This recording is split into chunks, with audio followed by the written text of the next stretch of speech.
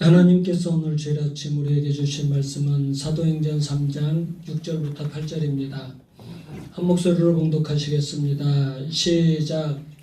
베드로가 이르되 은과 금은 내게 없거니와 내게 있는 이것을 내게 주노니 나사렛 예수 그리스도의 이름으로 일어나 걸으라 하고 오른손을 잡아 일으키니 발과 발목이 곧 힘을 얻고 뛰어서서 걸으며 그들과 함께 성전으로 들어가면서 걷기도 하고 뛰기도 하며 하나님을 찬송하니 아멘. 우리가 본받고 싶은 교회가 있습니다. 사도행전의 초대교회를 본받고 싶습니다. 신약교회가 시작되면서 성령께서 교회 시대를 열어주셨습니다. 당시 교회 특징은 여러 가지가 있겠지만 신약시대 초대교회는요 합심하는 교회였다는 겁니다. 성도들이 서로 하나가 되었다는 거예요. 먼저 오순절날 성령이 임하시기를 사모하면서 마가의 다락방에 모여 합심해서 기도했습니다. 그리고 성령이 임하자 한자리에 모여서 말씀을 공부하고 또 서로 떡을 떼며 서로 교제하고 서로 기도하기에 힘썼습니다. 서로 마음을 합했습니다. 서로 하나 되기에 집중했다는 것입니다. 오늘 본문은 두 사도가 연합해서 합심해서 하나님의 일을 해낸 하나의 표본이고 모범이 되는 말씀입니다. 베드로와 요한이 성전에 기도하러 올라가다가 하나님의 기적을 나타낸 사건이거든요. 베드로와 요한이 어떻게 하나 돼서 합심해서 하나님의 놀라운 일을 이루었을까? 오늘 그것을 보면서 하나 되는 교회, 차이를 넘어서 연합하는 교회, 왜 교회는 하나 되어야 되는가? 왜 개인적으로 하면 안 되고 하나 되어서 하나님의 일을 해야 하나님께서 기뻐하시고 하나님의 능력이 나타나는가에 대해서 오늘 한번 살펴보도록 하겠습니다. 베드로와 요한은 갈릴리에서 고기를 같이 잡던 동업자였고 또 최후의 만찬을 준비할 때도 같이 준비하는 사람들이었고 또 가야바 법정으로 끌려가시는 예수님의 뒤를 따라갈 때도 같이 따라가는 제자들이었습니다. 예수님께서 돌아가시고 난 뒤에도 디베랴 바다에서 고기를 잡을 때도 또 같이 그 고기를 잡던 사람들이었고 또 부활하신 예수님께서 그들의 장래 문제에 대해서 예언하실 때도 그때 서로에 대해서 관심을 갖고 주목했던 사람들도 이 두 사람입니다. 또한 본문에서처럼 성전에 기도하러 올라갈 때도 같이 함께 기도하러 올라갔어요. 그러니까 베드로와 요한은 기도하는 동기였습니다.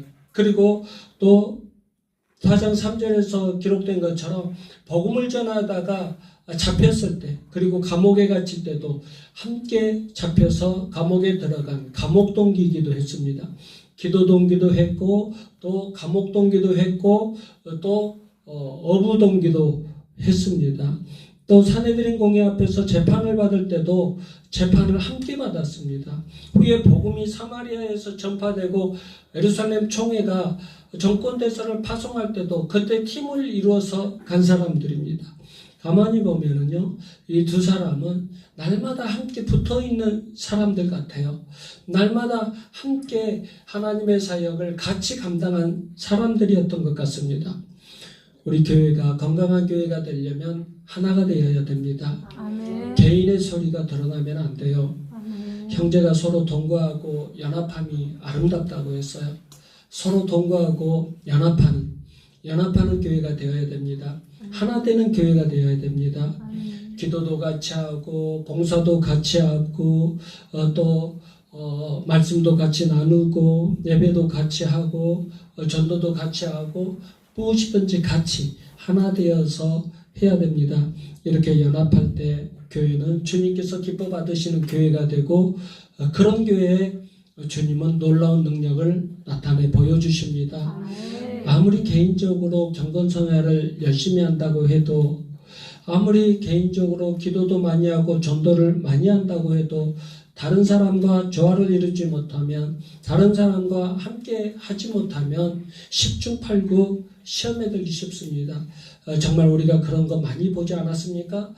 교회가 전체적으로 어떤 일을 하려고 할 때 기도도 함께하고 예배도 함께 드리고 전도도 함께 하고 또 모든 일을 교회는 모든 공동체가 목사의 선포하여서 모든 일들을 질서 있게 하나 돼서 하는데, 한 사람이 이탈해가지고 자기는 혼자 기도합니다. 나는 혼자 열심히 전도도 합니다. 저는 혼자 성경도 열심히 읽습니다. 그렇게 하는 사람들이 있을 때 그 사람은 10중 8구 시험에 들기 쉽습니다. 시험에 빠집니다. 그러니까 교회는요, 개인 훈련과 개인 양육보다 그룹 훈련과 그룹 양육이 훨씬 더 중요한 거예요. 함께 모여서 기도하고 함께 모여서 전도하고 함께 모여서 말씀을 나누는 것이 교회는 훨씬 더 중요하다는 겁니다. 한 사람을 대상으로 해서 말씀을 가르치고 한 사람을 대상으로 해서 그를 영적으로 키워주는 것도 상당히 가치 있는 일입니다. 그러나 여러분들 혼자서 양육받고 혼자서 키워진 사람들을 보세요. 여러분들이 한번 아시잖아요. 혼자 양육받고 이렇게 이제 많은 성도들이 모여있는 교회 말고요, 혼자서 목사님들이 혼자 사람들을 키워낸 교회가 있어요. 혼자 그 사람을 특별히 예뻐해서 그 사람을 키워주는 그런 교회가 있어요. 근데 보세요. 그 사람은요, 굉장히 신앙이 편협합니다. 이상하게 자라요. 고집이 센 사람으로 자라져요. 다른 사람하고 조화를 이루지 못해요. 여럿이 한마음 한 팀이 돼서 말씀을 나누고 또 서로 기도하고 서로 돕고 서로 봉사하고 서로 전도하면 다른 사람들과 서로 비교해 보면서 자기 자신을 돌아봅니다. 그러니까 겸손해지는 거예요. 나의 부족함을 알아요. 그리고 나의 장점을 보고 다른 사람의 장점을 파악할 수 있어요. 그래서 나의 단점을 또 내려놓고 다른 사람의 장점을 또 받아들이려고 하는 그런 자세가 돼요. 그러니까 조화로운 사람이 될 수 있어요. 그리고 서로 함께하면은 자신이 받은 은혜들을 서로 나누잖아요. 그러니까 은혜가 훨씬 더 풍성해집니다. 사랑이 훨씬 더 풍성해지는 겁니다. 우리 수영교회는 정말 함께하는 교회가 되었으면 좋겠습니다. 정말 함께하는 교회가 되도록 여러분들이 만들어 가시기 바랍니다. 근데 오늘 본문에 나오는 베드로와 요한은요, 굉장히 다른 점이 많았어요. 베드로와 요한이 계속 붙어 다녔지만은, 그러나 이들은 굉장히 다른 점이 많았던 사람들이에요. 도저히 이것을 보면은 이 사람들은 하나 될 수 있는, 함께 하는 사람들이, 조화를 이룰 수 있는 사람들이 아니었다라는 것을 느낄 수 있을 만큼 이들은 다른 점이 많았어요. 먼저 성격을 생각해 보겠습니다. 베드로는 항상 적극적입니다. 뒤에 서서 따라가는 성격이 아닙니다. 항상 앞장서는 사람입니다. 뒤로 빼거나 눈치 보는 사람이 아닙니다. 모든 일을 시작하는 역할을, 그런 모든 일을 이렇게 풀 수 있는 열쇠와 같은 역할을 베드로가 담당했습니다. 초대교회가 시작될 때 복음의 포문을 연 사람도 베드로입니다. 오순절날 예수 그리스도에 대해서 선포할 때 구약에서부터 신약까지 쫙 모든 역사를 다 훑어서 예수 그리스도에 대해서 강력하게 선포하고 출발한 사람이 베드로입니다. 그리고 오늘 성전의 민문에 안진뱅이를 일으킬 때 말로 선포해서 일으킨 사람도 베드로입니다. 요한은 어떻습니까? 요한서신 요한 1, 2, 3, 4 아시죠? 요한서신에 사랑하는 자들아, 우리가 서로 사랑하자. 우리 하나님을 사랑하는 사람들은 성도들끼리 서로 사랑해야 됩니다. 사랑하지 않는 사람들은 서로 하나님을 사랑하는 사람들이 아닙니다. 막 이렇게 굉장히 사랑이 많은 사람처럼 그렇게 사랑의 사도인 것처럼 그렇게 말하지만요, 처음부터 이 요한은 사랑의 사람이 아니었어요. 야고보와 요한을 예수님께서 뭐라고 별명을 붙였냐면 우레의 아들이라 했어요. 우레가 뭔지 아세요? 천둥, 번개, 우레 그러잖아요. 그런 거예요. 그러니까 우리의 아들이라고 할 만큼 요한은 굉장히 성격이 개팍하고 사나운 사람이었어요.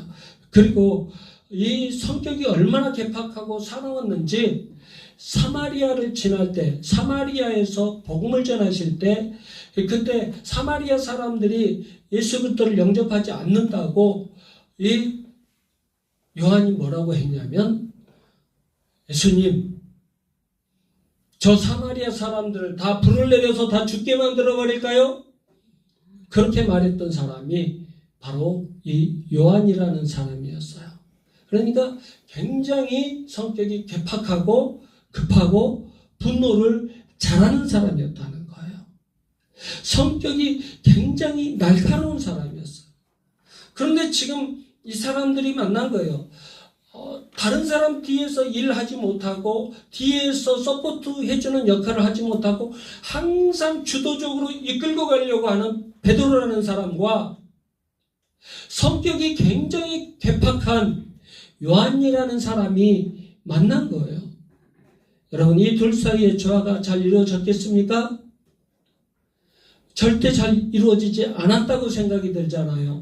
이런 사람들끼리 결혼을 한다면, 만약에 베드로가 남편이고 요한이 만약에 아내였다면, 이런 사람들이 만나면 그 가정은 어떻게 될까요? 풍비박산 나버리겠죠.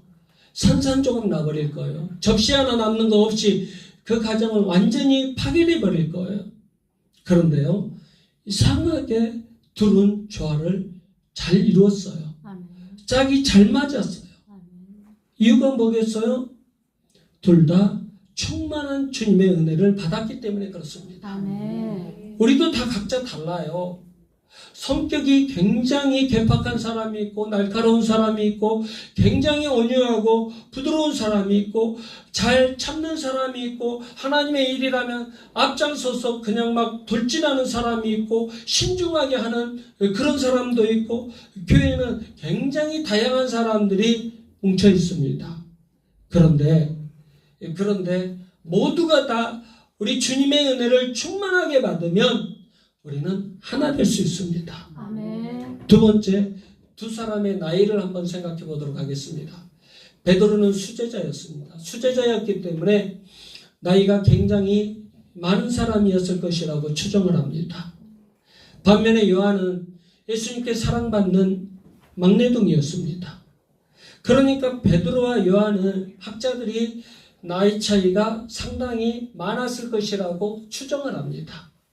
이렇게 나이 차이가 큰 베드로와 요한이 조화를 이루었다는 것은 지금 우리 교회에 어떤 의미를 주고 있는 것일까요? 교회에는 세대 차이가 나면 안 된다는 거예요. 교회 안에서는 세대 차이가 존재하면 안 된다는 거예요. 젊은 사람들이 교회 안에서 어른들의 얘기를 안 들으려고 해요. 젊은이들을 이해하지 못한다고 구식 노인대라고 그렇게 구박하고 어르신들의 얘기를 기피하는 현상이 있습니다. 그런데 요한은 그러지 않았어요. 요한은 그런 사람이 아니었어요. 어른을 존경할 줄 알았어요. 그리고 베드로도 마찬가지입니다. 새파란 젊은이가 뭘 알아? 뭘 안다고 나이 먹은 사람한테 그런 말을 해? 그런 식으로 대하지 않았습니다. 나이 어린 사람의 마음을 이해해주고 나이 어린 사람의 얘기를 들어줬습니다. 아멘. 그러니까 둘이 조화가 잘 맞았던 겁니다. 서로 약점을 보완해주는 작업을 잘 했다는 것입니다. 세 번째, 신앙의 성향을 한번 살펴보도록 하겠습니다. 베드로는 말세를 준비하는 성도들에게 뭐라고 경고한지 아십니까? 근신하라 깨어라 너희 대적 마귀가 우는 사자같이 두루다니며 삼킬 자를 찾고 다닌다. 굉장히 강하고 전투적인 용어를 써서 베드로 전후서를 기록합니다. 반면에 요한은 어때요? 아까 말씀드린 대로 사랑하는 자들아 우리가 서로 사랑하자. 사랑하는 성도 여러분 우리가 서로 사랑하십시다. 사랑해야 됩니다. 사랑을 해야 그 사람이 하나님을 사랑하시는 것인 것을 알고 있습니다. 여러분, 우리 사랑하는 교회를 만듭시다.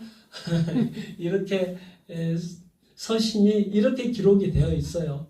그러니까 신앙의 성향이 베드로는 굉장히 진취적이고 강하고 전투적인 것을 알 수 있고, 요한은 굉장히 온화하고 부드러운 성향의 신앙의 성향을 갖고 있었다는 것을 알 수 있습니다.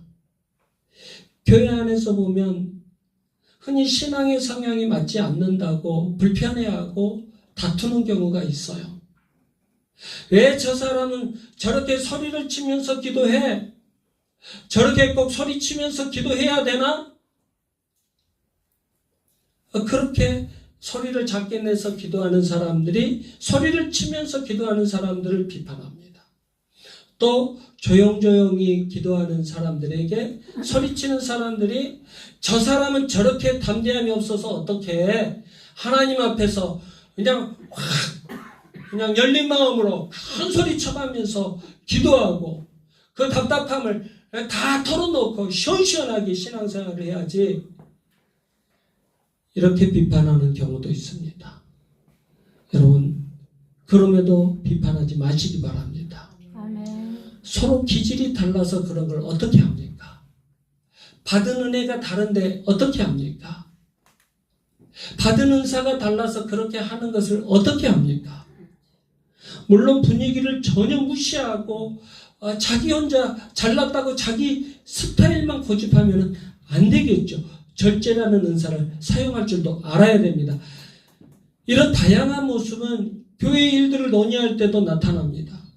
같은 내용을 목사가 얘기를 했는데 같은 내용을 가지고 목사가, 우리가 이제 교회가 지하에 있잖아요. 그래서 이제 교회를 좀 더 큰 데로, 넓은 데로 우리가 이전합시다. 그러면 앞장서는 사람이 있어요. 네, 목사님 합시다. 우리 죽든지 말든지 우리 주님께 맡기고 우리 그 일을 해냅시다. 이렇게 하는 사람이 있어요. 그런데 또 반면에 이렇게 말하는 사람도 있어요. 목사님, 우리 조금 더 기도해 봅시다. 조금 더 신중하게 접근해 봅시다. 우리 이거 한 달 동안 기도를 각자 해보고 하나님 앞에 이렇게 응답을 잘 받아서 했으면 좋겠습니다. 이렇게 신중론을 내세우는 사람들도 있습니다. 다 받아들여야 돼요. 서로 기질이 달라서 그런 걸 어떻게 합니까? 받은 은사가 다른데 어떻게 합니까? 받은 은혜가 다른데 어떻게 합니까? 교회는 이렇게 성격이 다르고 기질이 다른 여러 사람들이 모여 있는 거예요. 그렇게 또 모여야 되는 거예요. 베드로 같은 사람도 있고 요한 같은 사람도 있는 것입니다. 교회가 바르게 되려면 이렇게 다양한 사람들이 만나야 돼요. 골고루 있어야 돼요. 각자의 개성이나 기질, 받은 은사를 감사하고 잘 활용하는 것이 중요합니다. 그런데 더 중요한 것은 공동체 유익이 되도록 서로 노력해 주는 것이 훨씬 중요하다는 겁니다. 여러분, 내가 받은 은혜로 충분합니까? 내가 받지 못한 은혜도 있잖아요. 그러면 누구로부터 공급을 받아야 되나요? 다른 형제, 다른 자매를 통해서, 다른 성도를 통해서 또 공급을 받아야 되는 거예요. 이것이 교회입니다. 우리 수정교회는 내 것만 옳다고 주장하는 교회가 아니라 다른 사람의 것도 귀하게 여기고 존중해 줄 줄 아는 그런 아름다운 교회가 되기 원합니다. 마지막으로 초대교회는 믿음으로 도전하는 교회였습니다. 성전 미문 앞에 앉아있는 안진뱅이를 그냥 지나치지 않았습니다. 회피하지 않았습니다. 문제를 보고 그냥 도망가지 않았습니다. 당시 베드로와 요한은 하루에 3번씩 꼬박꼬박 기도하러 성전에 올라갔어요. 제3시에, 6시에, 9시에, 그러니까 오전 9시에, 12시에, 오후 3시에 기도 시간을 정해놓고 꼬박꼬박 성전에 올라가서 기도했습니다. 우리도 이런 성도들 되기를 바랍니다. 기도를 꼬박꼬박 정해놓고 하시기 바랍니다. 예배를 꼬박꼬박 정해놓고 드리시기 바랍니다. 기도하는 자리에서 기적이 일어날 줄 믿습니다. 아, 네. 그들은 기도 시간에 기도하러 수도 없이 성전에 올라갔어요. 안진뱅이도 수년 전부터 이곳에 앉아 있었을 거예요. 베드로와 요한은 그 안진뱅이를 한두 번 본 것이 아니었을 것입니다. 계속 성전 미문에 기도하러 올라가는데 성전 미문 앞에 앉아서 한 푼 도와주십시오. 한 푼만 도와주십시오. 하고 손 내밀고 도와달라고 하는 그 안진뱅이를 수도 없이 목격을 했을 거예요. 그런데 베드로와 요한이, 베드로가 어떤 성격이에요? 뒤처지는 사람이 아니에요. 주님께 영광 올려드리는 일이라면 무조건 앞장서는 사람이에요. 요한은 어떤 사람이에요? 우리의 아들이라고 할 만큼 굉장히 성격이 괴팍하고 그도 보통 내기의 성격이 아니에요. 그런데 그렇게 강한 성격의 사람들이 그 불쌍한 사람을 외면했겠어요? 불쌍히 여기지 않았겠습니까? 왜 그동안 도와주지 않았을까요? 수년을 다녔을 수도 있어요. 아니면 수개월 동안 그 사람을 목격을 했을 수도 있어요. 그런데 오늘에서야 도와주거든요. 오늘에서야 일으켜 세워주거든요. 왜 그전에는 그런 일을 안 했을까요? 무모한 도전을 하지 않았다는 것입니다. 불쌍히 여기는 마음이 없어서 그런 게 아니에요. 우리도 그래요. 하나님의 일을 할 때 신중해야 돼요. 특별하게 성령께서 강하게 역사하시는 시간이 있어요. 성령께서 특별하게 강하게 기회를 만들어 주실 때가 있어요. 우리가 일할 수 있도록 강하게 몰아붙이실 때가 있어요. 그때를 잘 포착해야 됩니다. 그 기회를 놓치지 말아야 됩니다. 문제가 있다고 해서 함부로 덤벼들면 안 됩니다. 함부로 덤볐다가 나중에 자기도 힘들어지고 주변 사람도 힘들어지는 그런 경우를 많이 봅니다. 저는 많이 신중해졌어요. 제가 굉장히 무모한 사람이거든요. 저는 부평의 돈키호테라는 별명을 얻고 산 사람이에요. 정말 저는 불쌍한 사람들 절대 못 보는 성격이에요. 저는 그런 사람들을 청년 때부터 20대 초반 때부터 앞장서서 제가 그 사람들 노숙자들 주민등록증 만들어주고 살 집도 만들어주고 옷도 갖다 입히고 먹을 것도 갖다 날라주고 부평의 돈키호테라는 소리를 들었어요. 그러다가 팔까지 다쳐버린 거예요. 그러니까 저는 무조건 저지르는 스타일이에요. 그런데 제 식구들이 너무너무 어려움을 당해요. 우리 사모님 영광이 어머니가 저 때문에 너무나 많은 고통을 당했어요. 베드로와 요한은 저보다 더 하나님을 사랑하는 사람들입니다. 그들도 수없이 이 안진뱅이를 목격을 했을 겁니다. 성전 민문에 앉아서 도와달라고 하는 이 안진뱅이를 보고 성전을 들어갔다 나왔다 했을 것입니다. 그런데 그들은요, 무모하게 덤벼들지 않았습니다. 서두르지 않았습니다. 성령의 인도하심을 기다린 거죠. 그렇게 겸손했다는 겁니다. 문제를 회피한 것이 아니라 성령께서 역사하실 때를 기다렸다는 거예요. 드디어 성령께서 인도해 주십니다. 기회를 주셨어요. 그 안진뱅이를 도와줄 수 있는 기회를 주셨어요. 수도 없이 다녔는데 그렇게 대수롭지 않게 보였던 사람이 그날따라 너무나 불쌍하게 보여지는 겁니다. 그날따라 유독 눈에 들어왔던 거예요. 그날따라 한 푼 도와주십시오 하는 소리가 주님의 음성처럼 들렸던 겁니다. 마음이 끌렸던 겁니다. 그날따라 이 형제를 도와주지 않고는 안 되겠다라는 마음이 강하게 들었던 거예요. 그날따라 도저히 그냥 지나칠 수가 없었어요. 그대로 지나가면 하나님 앞에 혼날 것 같은 생각이 그날따라 너무나 강하게 들었던 겁니다. 그래서 그날따라 그곳에 그 안진뱅이 앞에 설 수밖에 없었어요.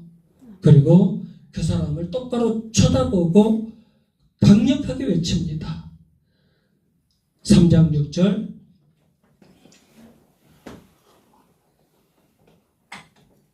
베드로와 요한이 예수님의 능력을 의지하면서 외치는 것처럼 그런 마음으로 담대하게 강하게 외치겠습니다. 3장 6절 시작.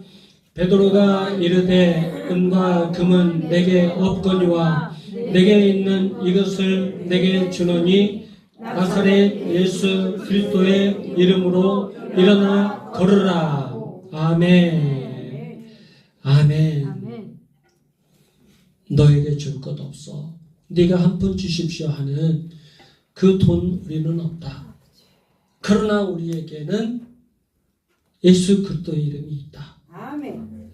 돈보다 더 좋은, 권력보다 더 좋은, 명예보다 더 좋은 것 너한테 주고 싶다. 아멘. 나사렛 예수 그리스도의 이름 너에게 주고 싶다. 나사렛 예수 그리스도의 이름으로 일어나 걸으라. 아멘. 성령께서 그들의 배후에서 강력하게 일하신 것입니다. 아멘. 결코 베드로와 요한이 한 게 아니에요. 교회도 마찬가지입니다. 교회가 문제를 잘 해결하고 항상 능력 있게 일하려면 성령의 지시를 잘 포착하는 교회가 되어야 돼요. 아멘. 그러면 어떻게 기회를 만들어 주실까요? 그러면 성령은 어떻게 인도해 주실까요? 내가 전혀 관심 없었던 뜻밖의 어떤 일에 특별한 관심을 갖도록 인도해 주셔요. 어떤 상황을 특별하게 성령께서 몰아가십니다. 도저히 피할 수 없는 상황으로 몰아가십니다. 꿈으로 강력하게 보여주실 수도 있어요. 전혀 내가 미워했던 사람인데 그 사람이 어려움을 당하고 있는 모습을 꿈으로 보여주실 수도 있어요. 기도하는데 내 내면에 어떤 교회의 어려움을 깨닫게 해주실 수도 있어요. 강력하게 나에게만 강력히만 나에게만 말할 때가 있어요. 강력하게 어떤 사람이 손을 내미는 장면을 성령께서 보여주실 때가 있어요. 그러면 그때 100% 순종해야 돼요. 금성에 순종하면 성령께서 강하게 역사하십니다. 아멘. 베드로와 요한은 안진뱅이를 일으키기 위해서 어떤 계획을 세우지 않았어요. 몇 월 며칠 날 우리 9시 기도회 때 그때 갈 때 우리가 요한아 그때 그 안진뱅이한테 가서 우리가 나사렛 예수 그리스도의 이름으로 일어나 걸으라고 한번 해볼까? 우리가 저 사람 불쌍한데 그냥 놔둬도 되겠니? 그때 일주일 후에 우리가 그때 좀 시간이 나니까 그때 우리가 가서 하자. 그렇게 계획을 세운 것도 아니고 그렇다고 무작정 달려든 것도 아닙니다. 그래서 저는 신유 집회 같은 거 솔직히 안 좋아해요. 여러분들 우리 교회 부흥회 한 번도 안 했잖아요. 안 하고 싶어서 안 한 게 아니에요. 저는 솔직히 안 좋아해요. 왜 그러냐면 저는 성령을 인위적으로 사용하는 거 너무너무 싫어해요. 성령은 초자연적인 분이시잖아요. 성령은 우리가 그런 집회를 안 해도 성령은 역사하십니다. 아멘. 성령은 우리가 그렇게 막 랄랄랄랄라 셀랄라 안 해도 성령은 우리에게 말씀해 주십니다. 성령은 우리가 막 랄랄라 셀랄라 안 해도 성령은 우리의 아픔과 우리의 기쁨과 슬픔과 눈물을 다 알고 계십니다.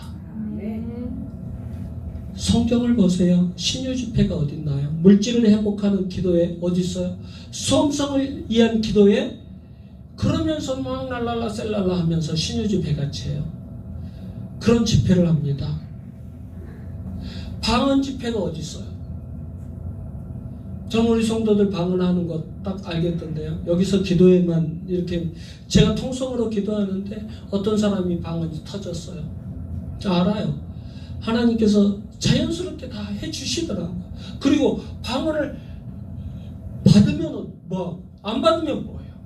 방언을 안 받는다고 해서 그 사람이 성령의 인도하심이 없는 사람인가요? 여러분들 한번 신앙생활을 하는 거 보셨잖아요. 방언 받았다고 해서 신앙생활 잘하나요? 예수님의 제자처럼, 참 제자처럼 진심으로 방언 받은 사람이 잘 사나요? 아니면 방언 안 받았는데도 정말 진실하게 겸손하게 예수님을 더 잘 섬기나요? 그건 아무도 모르는 거예요. 방언 받은 사람이 세상 사람처럼 살 수도 있어요. 방언 안 받았는데 예수님을 신실하게 충성스럽게 섬기는 사람도 있어요. 방언 갖고 기준을 세우면 안 되죠.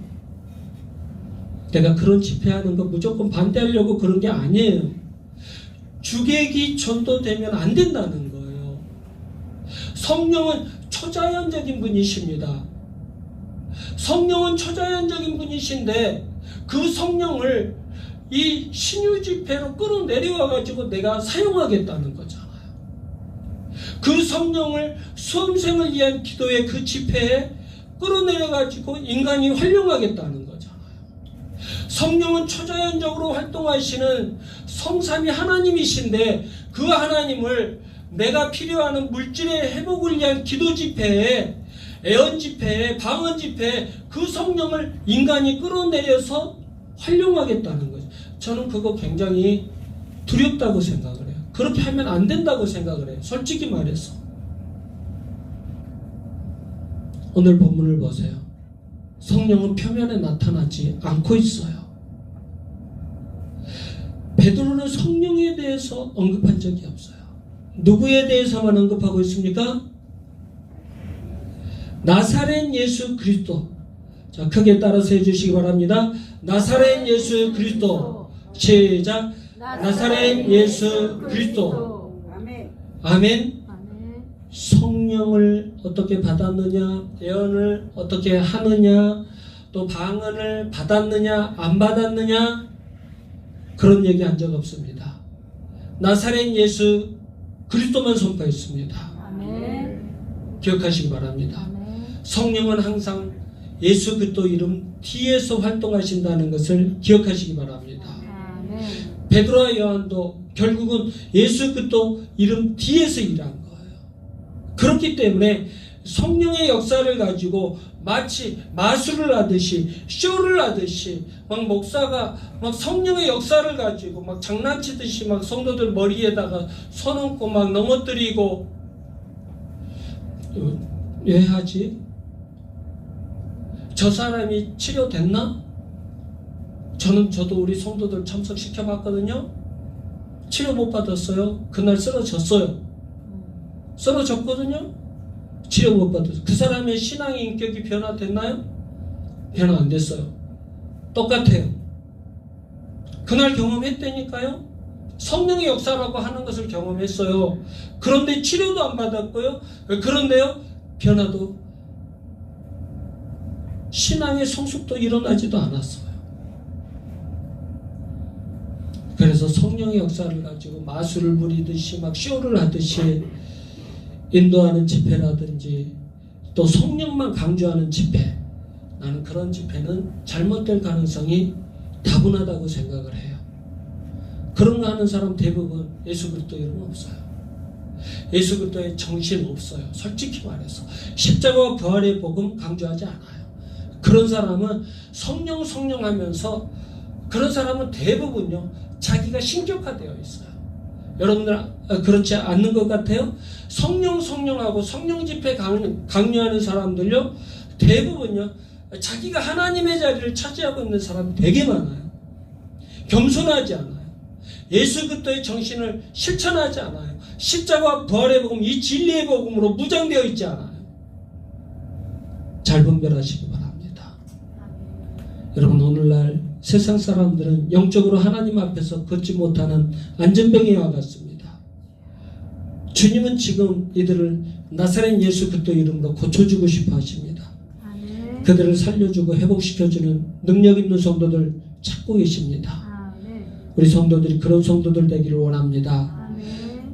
예수 그리스도 이름의 능력을 소유한 성도들, 예수 그리스도 이름의 능력을 소유한 우리 교회가 되기 원합니다. 아멘. 세상을 치유하고 회복하는 능력 있는 교회가 되도록 베드로와 요한처럼 깨어서 기도하기 원합니다.